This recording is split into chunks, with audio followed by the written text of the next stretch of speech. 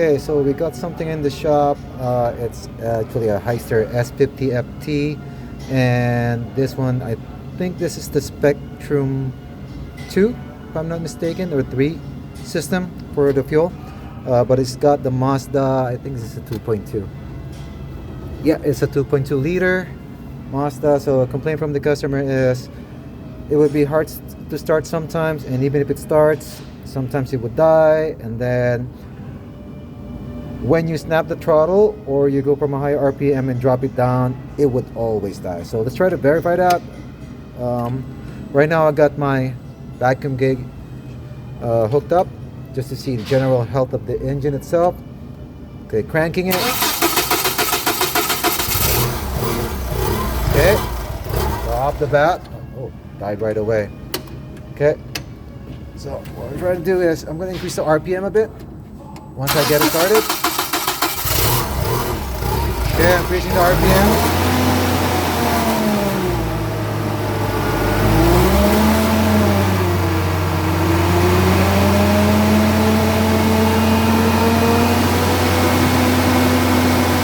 Okay.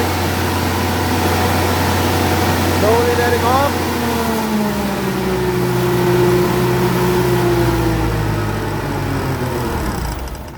And as soon as I let off the throttle, it dies, even not under a snap. Let's try that again. But of course, this is a cold engine right now.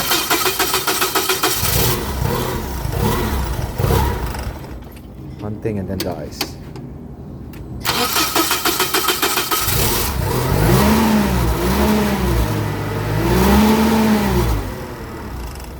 Okay, one of the thoughts would be, is this a vacuum leak? Okay, because under a higher RPM,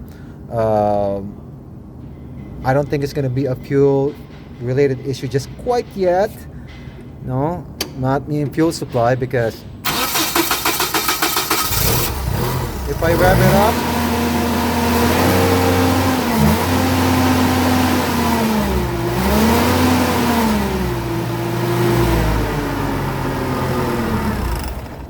okay, it dies right away as soon as I let go of throttle. So one possibility is that I have a vacuum leak, but I don't hear a hissing noise. But I could try to water test or spray brake clean along the intake, if, or I could use a smoke test.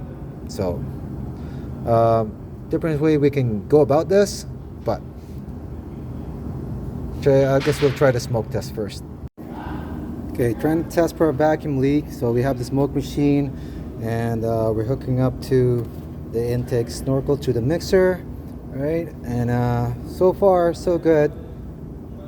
I don't see any smoke coming out yet, but just to see if we have really the smoke going into the manifold, let's take out this hose, which is directly from manifold intake. So we have the smoke in there. Just hooking up the vacuum gauge on it right now just to seal it up.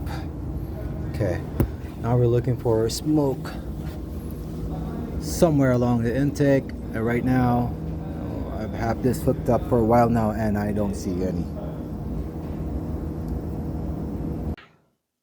So we're done with the vacuum leak test with the smoke machine. We didn't see any vacuum leaks.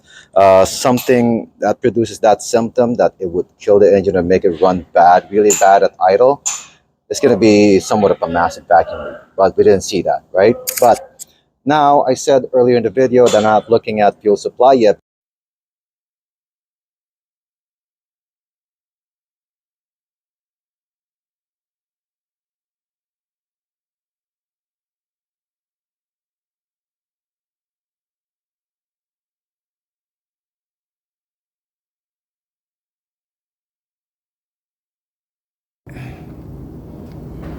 This,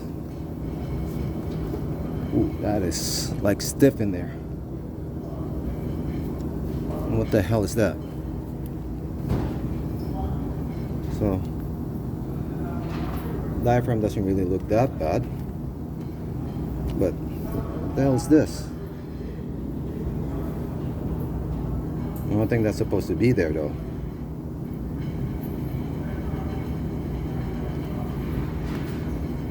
Okay, let me put this against the light. Do I see the hole in there? Yes, I do. So I did a video before where those two holes, they were plugged up with dirt. This one is not the same. I don't see any holes on the diaphragm. Okay.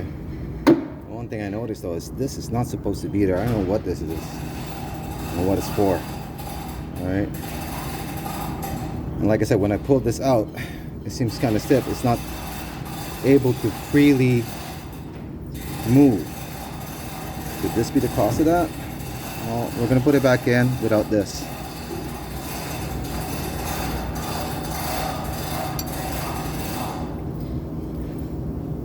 That in there. Okay.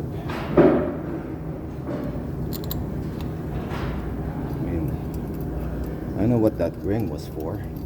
Is it a protector when you buy the so I'm guessing somebody beforehand replaced this diaphragm. Well, what that ring is for, I think it's just going to be a protector for the plunger or whatever, the paper part of the diaphragm. So I guess when somebody put it in, because I've never seen that before. So what we're gonna do, I'm gonna try this out without that. Let's see what happens.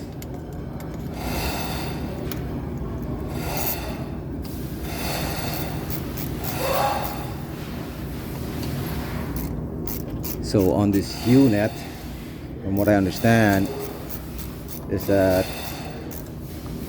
this problem has been going on for a while, but this is a new customer. I don't have history what the other companies did to this beforehand.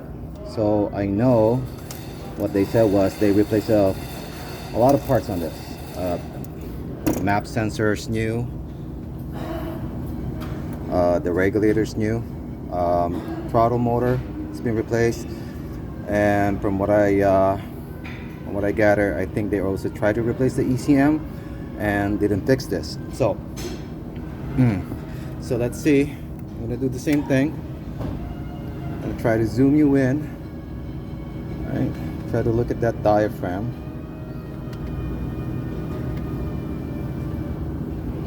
I guess that's a good angle to it. Let's crank this up again, see how much movement we get. Alright, look at that, eh?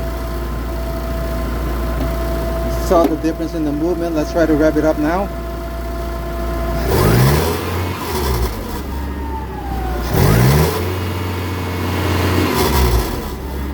It's not dying anymore. Alright, so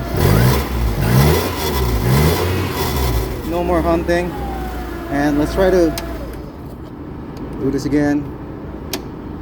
Crank it, let it start. It runs like a dream now.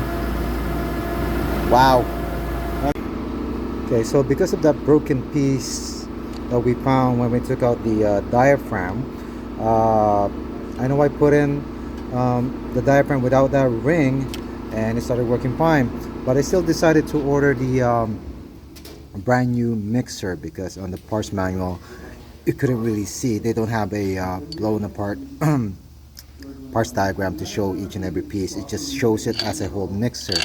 So it turns out that that piece is really part of the mixer, right? So that's the ring right there.